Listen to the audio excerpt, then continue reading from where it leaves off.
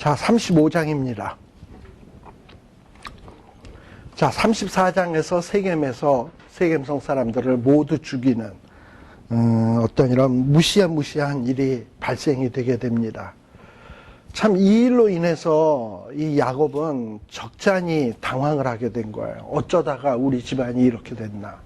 딸내미는 몸을 더럽히게 되고, 그리고 졸지의 아들들은 그야말로 살인자가 되고, 그리고 자기의 집안은 자칫 잘못하면 멸문지화를 당하게 돼 위기에 처하게 되고, 그리고 이제 동네 사람들에게 신의를 저버린 사람이라고 해서 얼굴을 들고 다닐 수 없게 되었고, 그래서 이 야곱의 입장에서 이 난처한 것이 한두 가지가 아니야 지금. 그러면서 야곱이 많은 생각을 했겠죠. 어쩌다 이런 일이 생겼을까 하고서는 이 야곱이 탁 하나 발견한 것이 뭐냐. 내가 이전에 베델에서 서원했던 것을 안 지키니까 하나님이 이런 시련을 주신 것 아니겠나 하는 이런 어떤 깨달음이 오게 된 거예요.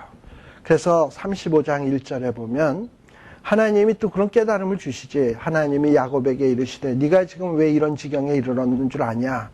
일어나 베델로 올라가서 거기 거하며 내가 내 형 에서의 낯을 피하여 도망하던 때에 내게 나타났던 하나님께 거기서 단을 쌓으라 하신지라. 이 하나님이 또 이렇게 음성으로 탁 말씀해 주시니까 야곱이 정신이 번쩍 들은 거예요. 그래가지고 이 야곱이 자기 집사람 누구죠? 레아, 라헬, 비라, 실바, 또 자기와 함께한 모든 자, 아들들, 또 여러 노복들에게 말하기를 너희 중에 이방 신상을 버려라. 보면은 야곱의 식구들 가운데 이 이방 신상을 갖고 있었던 사람들이 있었던 것 같아요. 이미 일찍이 누가 있습니까? 드라빔 훔쳐나왔던 라헬이 있고, 그 라헬이 숨겨놓고 안 걸린 기록은 나왔지만 그 드라빔을 청산했다라고 하는 기록은 없었잖아요. 그러니 분명히 라헬은 어디에다가 요 드라빔을 딱 짱 박아놓고 있었을 거고, 또 뿐만 아니라 이런 뭐 세겜성을 막 이렇게 노략을 할 때 사실 이 고가품은 당시에는 어디에 있냐? 이 의상은 금으로 만들든지 은으로 만들든지 아니면 그 조각 같은 데다가 보석을 박아 놓든지 아무튼 값이 나가게 만들어 놨거든. 그러니 그런 것들이 값 나갈 것 같으니까 노략질을 하다가 다 해가서 어디다가 또 숨겨놓은 것들이 많이 있었던 거라. 그러니까 이제 그거를 야곱은 그동안 알면서도 에휴 뭐 그런 거 가지고 뭐 괜히 이렇게 또 긁어부스럼 만들 일이 있나. 그러고서 그냥 용납하고 가만히 있었던 거죠. 그런데 이렇게 하나님의 음성이 딱 들리다 보니까 청산해야 되겠구나 라고 생각을 하고 자기의 식구들에게 말하기를 이방 신상 버려라. 또 자기를 정결케 해라. 또 그 다음에 뭐라고 하냐면은 의복을 바꿔라. 그래서 우상 숭배 청산, 자신을 정결케 한다는 건 회개, 그 다음에 의복을 바꾼다. 보통 이 의복이라고 하는 것은 물론 이 옷 입는 거지만 어떤 의상을 입느냐에 따라서 그 사람의 신분이 결정이 되게 되어 있습니다. 그래서 이 의복이라고 하는 것은 그 사람의 신분을 나타내는 거야. 그래서 하나님의 사람들은 이 의상을 통해서도 하나님의 사람다움을 보여줄 수 있어야 된단 말이죠. 그런데 야곱의 집안은 그런 생각이 전혀 없었던 것 같은데 야곱이 이래서는 안 되겠다. 우리가 이제 하나님의 백성답게 의복까지도 달라져야 되겠다. 뭐 이러고서는 지금 권고를 하게 된 거죠. 그리고서 우리가 일어나 어디로 올라가자? 하나님의 성전을 짓겠다고 약속했던 그 베델로 올라가자. 왜냐? 그 베델은 어떤 곳이냐면 야곱이 에서를 속이고 아버지를 속이고 도망을 가는 환난 날에 하나님이 자기를 만나 주셨던 곳이고, 그리고 거기에서 하나님이 지켜주시는 것을 확신을 주셨잖아. 그래서 거기에서 이 야곱이 서운한 대로 제단 쌓겠다, 성전 짓겠다라는 생각이 든 거예요. 자, 그리고서는 야곱의 식구들에게 다 얘기를 하니까 아마 이 야곱의 마음과 식구들의 마음이 통했던 것 같아. 4절에. 그들이 자기 손에 있는 모든 이방 신상, 자기 귀에 있는 고리들을 야곱에게 주는지라. 자신들도 사람 죽이고 그리고 동네 사람들에 의해서 언제 죽임당할지 모르는 이런 위기에 직면했을 때 뭔가 이 위기를 돌파해야 되겠다는 생각이 들었을 거 아니야. 그래, 아버지 말대로 우리가 하나님께 피해야 되겠다. 하나님은 나의 요새시요 방패시니. 그러니 하나님 앞에 잘 보이려면 우상청산, 회개, 그 다음에 하나님의 사람답게 변화되는 것. 이것을 반드시 해야 되겠다 이런 생각을 하면서 자기 손에 있는 무슨 이방 신상도 내놓고, 특별히 여기에 보면 귀고리가 나오는데요. 이 귀고리에 대한 얘기는 나중에 이제 이 출애굽기 때도 또 나와요. 출애굽기 때도 금송아지를 만들 때 사람들이 귀고리 이런 것들을 다 내놓았다 그러는데, 뭐 귀고리까지 내놓을. 근데 이 귀고리가 일종의 당시 사람들 우상숭배하는 사람들의 부적이야, 부적. 그래서 우리도 보면은 귀걸이에 보면 어떤 사람은 조그만 십자가, 금자 십자가 이렇게 달고, 뭐 이렇게 목걸이에도 이렇게 달고 이러잖아요. 십자가를 딱 하는 이유는 뭐야? 뭔가 예수님이 날 지켜주셨으면 좋겠다 하는 식으로 십자가 그 상징을 달고 다닌 거잖아. 근데 당시 사람들은 자기네들 그 우상의 그 사인, 우상의 그 모양을 귀걸이 형태로 만들어서 자기에게 무슨 이런 액이나 화가 못 미치게끔 이렇게 달고 다니면 액을 면할 수 있다고 생각을 한 거야. 근데 지금 이 야곱의 얘기를 듣고 이까짓 게 우리를 보호해 주는 게 아니라 하나님이 지켜주셔야 돼 해가지고 과감하게 귀걸이를 빼서 내어놓는 거죠. 네, 지금 그런 거예요. 그래서 귀걸이도 내놓고, 그리고 야곱은 그것들을 어디에다 묻었다? 상수리 나무 아래다 묻었다. 이방 신상이 만일에 진짜 신이라면, 귀고리에 달려있던 조그만 것들이 진짜 신이라면 땅속에 묻혔을 때 어떻게 해야 돼? 땅을 뚫고 벌떡 일어나서 니놈들이 나를 묻어 이러고서는 혼나봐라 이래야 될 거 아니에요. 근데 여기에서 묻혔는데 나왔다는 얘기가 없거든요. 그러니까 얘네들은 뭐냐? 별거 아니다. 시체와 같은 존재들이다. 묻히면 묻히는 존재다. 이 얘기예요. 그리고서는 뭐라 그러냐? 거기에 보면 그들이 발행하였으나, 이제 어디로 발행합니까? 베델로. 발행하였으나 이 동네 사람들이 어떻게 되느냐? 크게 두려워하게 하신 거로 야곱의 아들들을 추격하는 자가 없었더라. 자, 그러니 이렇게 회개의 모습을 보이니까 하나님께서는 야곱 주변에 있는 세겜성이라든지 주변에 있는 아까 여기 뭐 브리스 사람, 뭐 이런 사람들, 가나안 족속, 이런 족속들의 마음속에 공포를 심어준 거예요. 여러분들이 여호수아서 2장에 보게 되면, 여호수아에서 2장에 보게 되면 정탐꾼이 가나안 땅에 파견되는 이야기가 나와요. 2명의 정탐꾼이 파견돼 가지고 여호수아가 뭐라 그러냐? 거기에 가서 너희들이 정탐하고 돌아오라 했는데, 2장에 보면 막상 이스라엘 정탐꾼들이 가나안 땅에 들어가서 정탐의 임무를 제대로 하느냐? 전혀 안 하고 어디에만 있다 오느냐 하면 기생집에 있다가 돌아오는 얘기뿐이에요. 기생집이 누구냐? 라합의 집에 있다 오는 얘기뿐이에요. 2장 보세요. 한번 보면 정탐꾼들은 가서 뭘 정탐해야 됩니까? 뭐 예를 들면은 뭐 요새가 어디 있는지, 군인이 몇이나 있는지, 무기고가 어디 있는지, 왕궁은 어디 있는지 이런 걸 알아보고 오는 거잖아. 근데 이런 거 알아볼 생각은 전혀 안 하고 이 정탐꾼들이 어디에만 있다가 기생집에서 라합하고 이 얘기 저 얘기만 나누다가 라합이 보호해줘서 숨어 있다가 나와서 돌아오는 얘기뿐이에요. 근데 2장에 중요한 얘기가 하나 있어. 그게 뭐냐면 라합의 고백을 통해서 하는 얘기인데요. 우리가 너희들이 애굽 땅에서 나오는 얘기 다 들었다. 하나님이 홍해 가른 얘기도 다 들었고, 바산왕 시온, 바산왕 옥과 뭐 시온왕을 죽인 것도 다 들었다. 그래서 우리의 간담이 녹았다. 뭐 이 얘기를 해요. 자, 그래서 정탐꾼 얘기에서 기생 라합의 이야기가 나오는 이유는 뭐냐? 이렇게 하나님의 백성들이 가는 데 있어서 하나님이 앞서가셔서 이미 여리고 사람, 가나안 사람들의 마음을 다 녹이셨다라는 것을 확인해 주는 거예요. 그러니 이스라엘 백성 이제 가나안을 치러 들어가는 정복자 이스라엘 백성들에게 있어서 요새가 어디 있냐, 무기고가 어디 있냐, 사실 그건 중요한 문제가 아니야. 하나님이 이미 작업 다 해서 그냥 무혈 입성하면 되는 거야. 이거 확인시켜주는 장이 여호수아 2장입니다. 그런데 여기 창세기 지금 35장에서는 뭐냐? 야곱의 식구들이 지금 뭐만 하려고 하는 겁니까? 지금 싸울 준비를 했습니까? 기껏 한다는 게 뭐냐면 베델로 올라가자. 올라가서 예배 보자. 그리고 또 뭐 하자?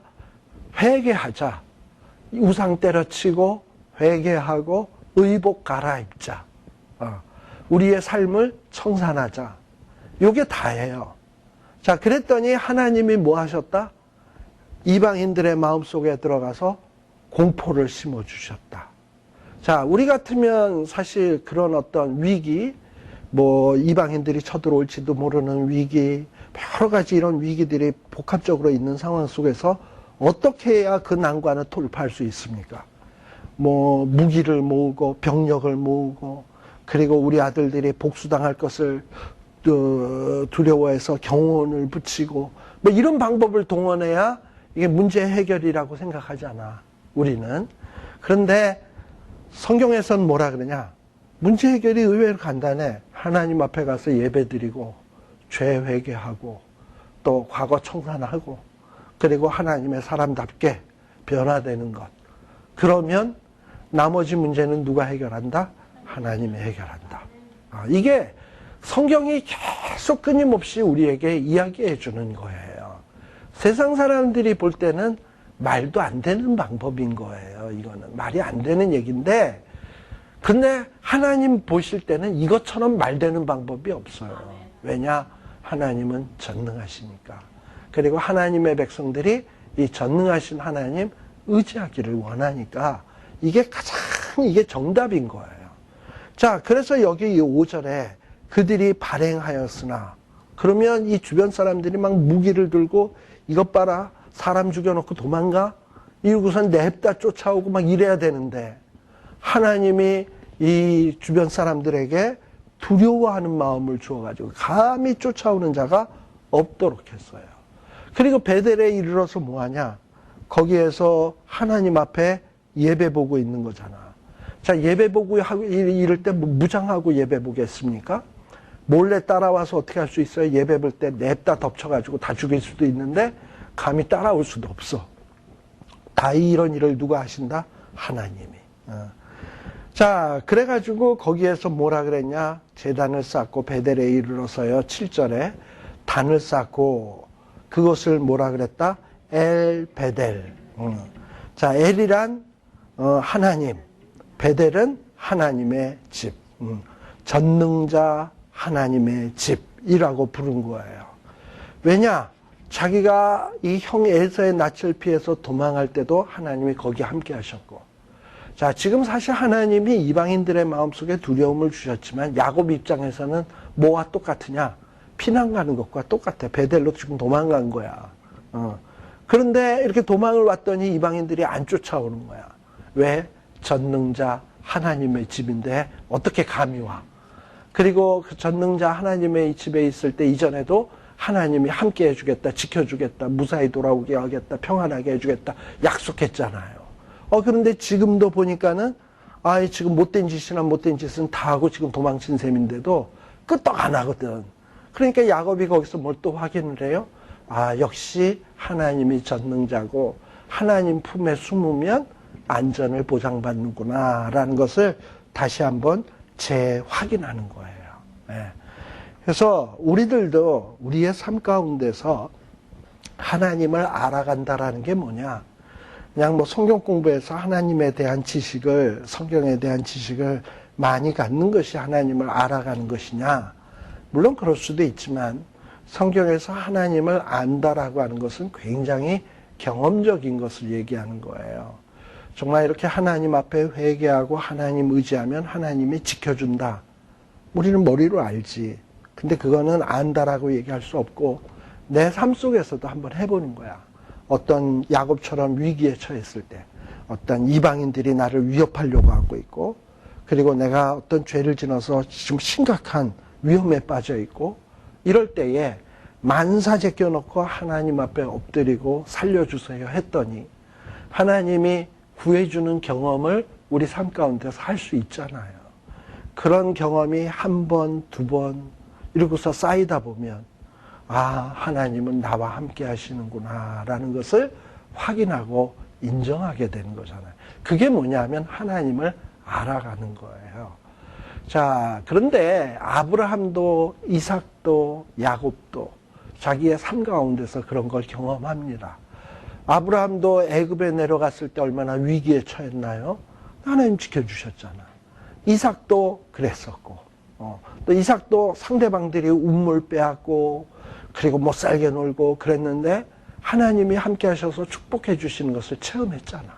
이렇게 하나님은 아브라함 때도 간섭하셨고 이삭 때도 간섭하셨고 또 이삭뿐만 아니라 야곱에게도 또 베델에 도망칠 때며 지금 상황이며 다 하나님이 간섭하시잖아요. 아마 야곱이 어린 시절에 아브라함의 하나님, 이삭의 하나님 하면은 야곱이 한 5살, 6살 났을 때는 아브라함의 하나님, 이삭의 하나님 하면 무슨 감이 왔을까요? 안 오죠. 예를 들어서 5살 난 한 어린애가 하나님은 참 은혜로우셔 하고서는 우리에게 이렇게 간증을 한다고 해봅시다. 웃잖아, 지금. 왜 웃어요? 제가 뭘 한다고 하나님이 은혜로우시다고 얘기하나? 이러잖아요. 왜냐? 걔는 경험한 게 없거든. 그러나 나이가 한 80 먹은 분이 머리도 희끗희끗해가지고 백발이 다 돼서 정말 하나님은 은혜로우십니다 라고 얘기를 하면 가슴에 확 와닿잖아. 왜냐하면 그 80여 년 동안 하나님께서 그의 삶 속에 간섭했던 사건이 얼마나 많이 있겠어요. 근데 그런 사건을 통해서 자기가 느낀 것이 뭘로 표현이 되는 거냐면 하나님이 은혜로우시다, 사랑이시다, 지켜주신다라고 고백이 되어지는 거잖아. 그것처럼 우리도 그래야 돼. 우리가 인생을 마지막 마무리 지으면서 하나님은 참 사랑이시다, 긍휼이시다, 은혜로우시다. 이게 단순히 머릿속에 지식이 아니라 내 그동안 살아온 삶을 이렇게 지켜보니까. 그래서 하나님은 아브라함의 하나님이시고 이삭의 하나님이시고 또 나의 부모님의 하나님이셨고 그 하나님께서 그때까지만 간섭하신 게 아니라 또 나의 생애에도 간섭하셔서 그 하나님이 나의 하나님이다라는 것을 고백할 수 있어야 되는 거예요. 지금 야곱이 그것을 인식하고 있는 겁니다. 지금 야곱이 얼마나 파란만장한 삶을 삽니까? 근데 이 파란만장한 삶 속에서 정말 이 주변에 있는 사람들에게 신의가 없는 놈, 살인자 해서 죽임당해도 정말 누구한테 억울하다고 얘기 못할 정말 정당한, 죽어도 마땅한 이런 상황에서 보호하심을 받으면서 하나님의 보호하심을 받으면서 엘베델 하고 고백하는 거예요. 하나님은 전능자요. 이곳은 하나님의 집입니다. 라고 얘기하는 것은 자기의 뼈저린 경험을 통해서 지금 이 이름을 말하는 것이지, 여기가 베델이었으니까 엘자 하나 더 붙이자 이러고서 엘베델 하는 게 아니다 이 말입니다. 그러니까 우리 삶 가운데도 이와 같은 비슷한 고백과 경험이 있어야 된다라는 거예요. 자, 그런데 이런 야곱에게도 슬픈 일이 생겼습니다. 뭐냐? 리브가의 유모 드보라가 죽었다. 여기서 나오는 드보라는 사사기에 나오는 드보라가 아닙니다. 전혀 다른 드보라입니다. 이 드보라는 누구냐 하면은 야곱의 유모였습니다. 리브가의 유모입니다. 리브가의 유모. 자, 여러분들 알다시피 리브가가 이삭을 따라서 바단 아람에서 시집을 올 때에 이 삼촌 라반과 그 바단 아람에 있는 그 부모님이 딸려보낸 식구가 있어. 그게 리브가야. 유모를 딸려보냈어요. 자, 그래서 이 리브가는 항상, 이 드보라는 리브가와 항상 함께 있었습니다. 아마도 이 야곱이 바단 아람으로 도망을 갔잖아요. 그리고 한동안 리브가와 관계가 끊어졌잖아. 지금은 우리가 뭐 셀폰도 있고 카카오톡도 있고 어떻게 지내니 떠떠덕하면 따다닥 다 보고 이러지만 그 당시에는 소식을 알 수 있는 방법이 뭐냐? 인편으로 사람이 왔다 갔다 하는 방법밖에 없어요. 그런데 리브가 입장에서 야곱이 잘 있나 없나 확인해 보기 위해서 가장 보낼 만한 믿을 만한 사람이 누구냐? 자기의 유모 리브가. 왜냐하면 그 리브가는 바단 아람에서 드보라는 바단 아람에서 살던 사람이고 거기에 형편을 너무나도 잘 알고 있으니까 늘 왔다 갔다 하면서 리브가의 소식을 드보라가 야곱에게 전해주고 또 야곱의 소식을 드보라가 리브가에게 전해주고 이러면서 굉장히 이 고향을 떠나 있는 야곱에게 위로가 되었던 사람이 누구냐면 이 드보라예요. 그런데다가 리브가가 좀 일찍 죽거든. 그러고 난 다음에는 이 드보라를 볼 때마다 항상 누구가 생각나냐? 어머니 리브가가 생각나게 하는 그런 인물이었습니다. 그리고 아마도 리브가가 일찍 죽고 난 다음에 이 드보라는 리브가가 죽었으니까 끈떨어진 연애 신세잖아. 그러니까 아마도 이 드보라를 야곱이 가까이 곁에다 두면서 잘 이렇게 어머니 모시듯이 함께 살지 않았나. 그래서 어머니를 생각하지 않았나. 그랬는데 이 드보라마저 어머니의 뒤를 따라서 죽게 되니까 그야말로 갑자기 이 야곱의 마음에 상당한 슬픔이 찾아오게 된 겁니다. 그것을 우리가 어디서 알 수 있냐? 이 드보라를 장사하고 난 다음에 거기에다가 상수리 나무 아래다 묻혔는데 그 상수리 나무를 알론 바굿이다라고 이름을 지었어요. 이 알론 바굿이다라는 이름이 뭐냐면 통곡의 상수리 나무라는 뜻이야. 통곡의 상수리 나무 또는 눈물의 상수리 나무라고 이름을 지은 거예요. 바굿이라는 말이 눈물이라는 얘기고 알론이라는 말이 상수리 나무라는 얘기예요. 그래서 알론 바굿, 눈물의 상수리 나무, 통곡의 상수리 나무. 이것은 그만큼 이 야곱의 드보라를 향한 슬픔, 이 슬픔이 묻어났기 때문에 그래요. 또 뿐만 아니라 이 드보라는 상당히 또 신앙적으로도 훌륭한 여인이었던 것 같아. 리브가에게도 충성스러운 어떤 사람이었지만 또 어떻게 보면 신앙적으로도 이 야곱의 집안에서 굉장히 본이 되는 그런 인물이었던 것 같아요. 그러니까 드보라라고 하는 이름까지 딱 기록이 돼 있지. 제가 여자 이름은 잘 나오는 예가 없다 그랬잖아요. 근데 이렇게 나온 이유는 그만큼 이 드보라가 야곱의 집안에서 차지하는 위치가 컸기 때문이다라는 거예요. 자, 이렇게 야곱이 바단 아람에서 돌아오매 하나님께서 뭐라고 얘기하냐? 하나님이 다시 야곱에게 나타나서 그에게 복을 주시고 그 이름을 다시는 야곱이라 부르지 않겠고 이러면서 하나님이 만나주시는 장면이 나옵니다. 자, 야곱이 바단 아람에서 돌아오면 어디를 가야 돼요? 막바로 베델로 가야 되는데 베델로 안 가고 숫곳에 갔다가 세겜에 갔다가 지금 돌아왔잖아요.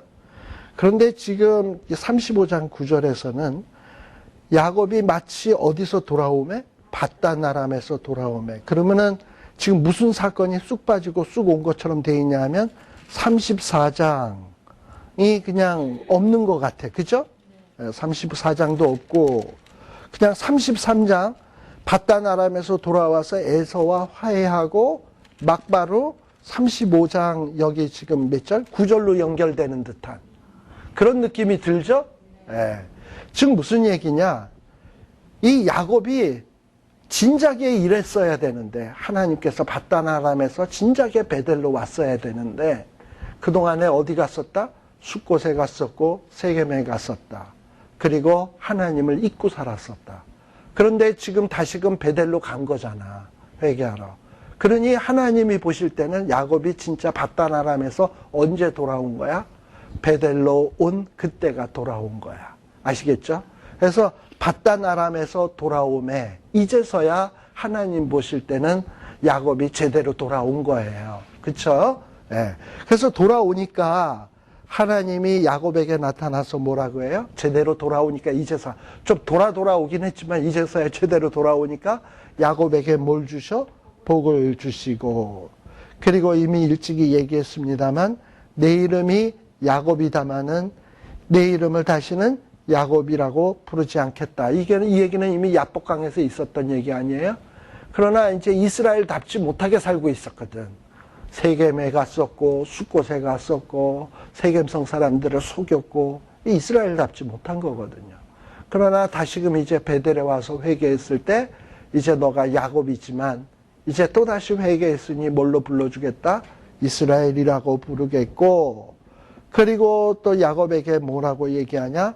나는 이런 모든 일을 이룰 수 있는 전능한 하나님이고, 그리고 너에게 뭘 주겠다? 생육하고 번성하라. 국민과 국민이 내게서 나고. 자, 국민이 난다라는 얘기는 무슨 얘기냐? 야곱의 12지파. 야곱에게 12지파가 나오고요. 또 뭐가 나와? 왕들.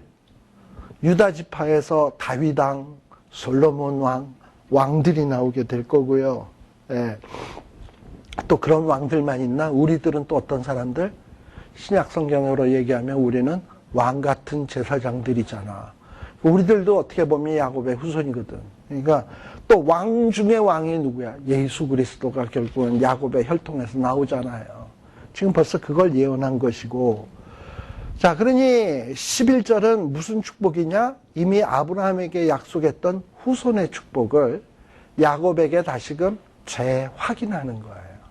너에게도 역시 후손의 축복 준다. 그 다음에 12절에는 뭘 또 준다? 땅도 준다. 근데 이 땅을 야곱에게만 주는 게 아니라 후손에게도 준다. 이것도 아브라함 때 했던 약속의 재확인이에요. 그러니까 하나님은 아브라함 때만 하나님이 아니라 누구 때에도 하나님이다? 야곱 때에도 역시 하나님이다. 자, 여러분들의 부모님들 가운데서 신자였었던 분, 어머님, 아버님이 신자였던 분, 배집사님은 아니셔요? 배집사님 내가 신앙생활 처음이에요? 외갓집? 외갓집이면 외갓집에 어머님, 친정 어머님, 친정 아버님은 믿는 집안이었어요. 그러니까는, 그러니까 뭐냐면은 이 외갓집 부모님들의 그 신앙, 그러니까 그 친정 아버지, 친정 어머니의 하나님, 그때는 그런 감이 별로 없었을 거예요. 그런데 내가 살아오면서 또 그런 친정 아버지와 친정 어머니를 지켜줬듯 하나님은 누구도 지켜주신다? 나도 지켜주신다. 라는 거. 저도 요즘 그런 생각이 좀 많이 들어요. 저도 우리 할아버지가 목사님이셨거든.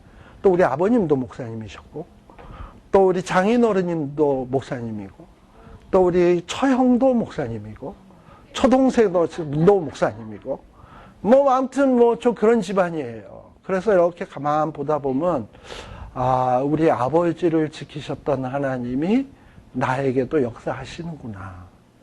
우리 어머니를 사랑했던 하나님이 나도 사랑하시는구나. 그러니까 어머니의 하나님이 나의 하나님, 아버지의 하나님이 나의 하나님. 그런 것들이 살면서 더 깊이 느껴지는 것 아니겠습니까? 인생의 연륜이 많아지면서요. 예. 그렇다면 이제 이런 하나님이 누구에게도 전달되면 좋겠냐? 우리 자식들에게도 전달되면 참 좋겠는데 그런 것들이 이렇게 다 쉽게 되느냐? 이 성경도 보면 야곱이 얼마나 파란만장한 세월을 겪으면서 그걸 깨달아 갑니까? 그렇잖아요. 예. 그러나 하나님은 택하신 가정을 야곱처럼 달달달달달달 볶아서라도 마지막 험악한 세월 몇 년? 130년을 보내게 해가지고 나중에 돌아오게 하시더라고. 그런 어떤 믿음이 있으시고 기다리시면 돼. 자, 근데 아무튼 이렇게 아브라함도 파란만장한 세월을, 사실 야곱이 아버지 속이고 에서 속일 때만 하더라도 야곱이 신앙의 사람 될 거라고 누군들 생각하겠습니까? 저런 못돼 먹은 놈, 배은 만덕한 놈, 이렇게 생각하지. 그러나 세월 지나서 하나님 앞에 철저히 이리 깨지고 저리 깨지고 한 다음에는 야곱이 대단히 훌륭한 사람으로 바뀌어지거든요. 이게 하나님 하시는 방법이에요. 자, 이러면서 이 야곱에게 땅의 약속도 주시고, 그리고 하나님이 그 말씀하시던 곳에서 그를 떠나 올라가시더라. 근데 여기가 어디냐면 15절에 보면 하나님이 자기와 말씀하시던 곳의 이름을 베델이라 불렀더라. 그러니까 바단 아람에서 분명히 베델로 막바로 온 게 아니었잖아. 바단 아람에서 야곱은 어디로 왔었죠? 뭐 에서 만나고 숫곳에 갔다가 세겜 갔다가 베델로 온 건데, 지금 하나님은 어느 뭘로 카운트하냐? 바단 아람에서 베델로 돌아오매, 이렇게 얘기를 하고 있어요. 참 의미가 있는 구절이에요. 그러니까 하나님 앞에 돌아와야 제대로 돌아온 거야. 돌다가 온 거는 카운트가 안 돼. 그러고서 지금 하나님 앞에 돌아오니까 하나님이 뭘 약속하시냐? 조상 때, 아버지 때, 할아버지 때 약속했던 것을 누구에게도 동일하게 약속해? 야곱에게도. 즉 그 얘기는 뭐냐? 내가 네 할아버지 때 너희 할아버지의 하나님이었던 것처럼, 너의 아버지 때 그의 삶을 간섭하던 아버지였던 것처럼, 하나님이었던 것처럼, 너 때에도 역시 나는 너에게 후손의 축복을 줄 거고 땅의 축복을 줄 거고 너와 함께하는 축복을 줄 것이다. 네가 지금 그것을 체험하고 있지 않느냐라고 지금 하나님이 얘기하고 있는 거예요. 그 얘기를 들으니까 지금 야곱은 지가 한 짓이 있잖아. 뭡니까? 세겜성 사람을 멸절시켰지, 노략질했지, 속여먹었지. 뭐 이 한 짓이 있는데 자기가 축복받을 자격이 있어요, 없어요? 없지. 지금 잘한 거라고 하나 못 따겠지. 베델로 올라가자. 가서 뭐 했어요? 회개하고, 그리고 삶을 청산하고, 그리고 하나님의 사람답게 살겠다 결심한 것밖에 없잖아. 그게 무슨 자랑거리입니까? 하나님 앞에 잘못했어요 하는 게 자랑거리인가요? 당연한 거지. 그러니까 잘한 거는 하나도 없어요. 한 거라고 회개한 것밖에 없어요. 그랬는데 이렇게 회개를 하니까 하나님은 아브라함 때 약속했던 거, 이삭 때 약속했던 거를 동일하게 야곱에게도 약속하고 있는 거야.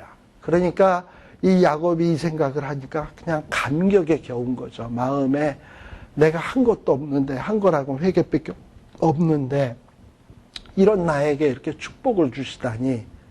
그리고 자기는 서원을 해놓고서도 서원 지키지 않고 있었는데 하나님이 이렇게 축복을 해주시다니 해가지고 14절에 보면 하나님의 자기와 말씀하시던 곳에 기둥, 곧 돌기둥을 세우고, 보통 이 기둥이라는 것은 잊지 않기 위해서 기념하기 위한 물건입니다.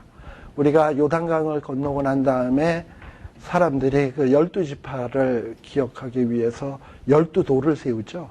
길갈이라고 하는 곳에. 그래서 후일에 후손들이 저게 뭡니까? 그랬더니 우리 하나님이 큰 능력으로 우리를 요단강을 건너게 했는데 그걸 기념하기 위해서 세운 거다 해서 돌을 세우죠. 기념하기 위한 거예요.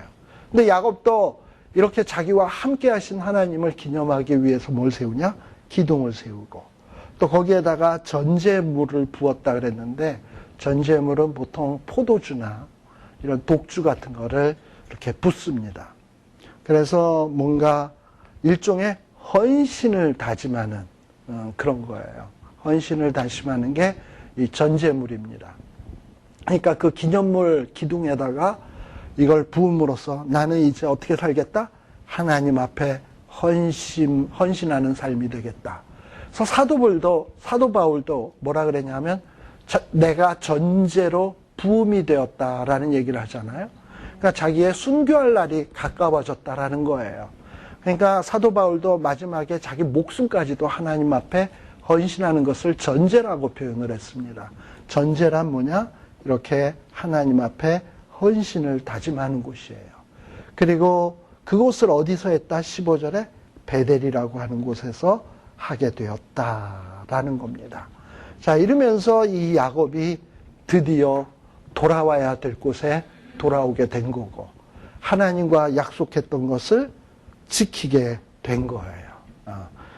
자, 우리 오늘은 창세기 35장 15절까지 하는 것으로 하고 마치도록 하겠습니다. 기도하겠습니다.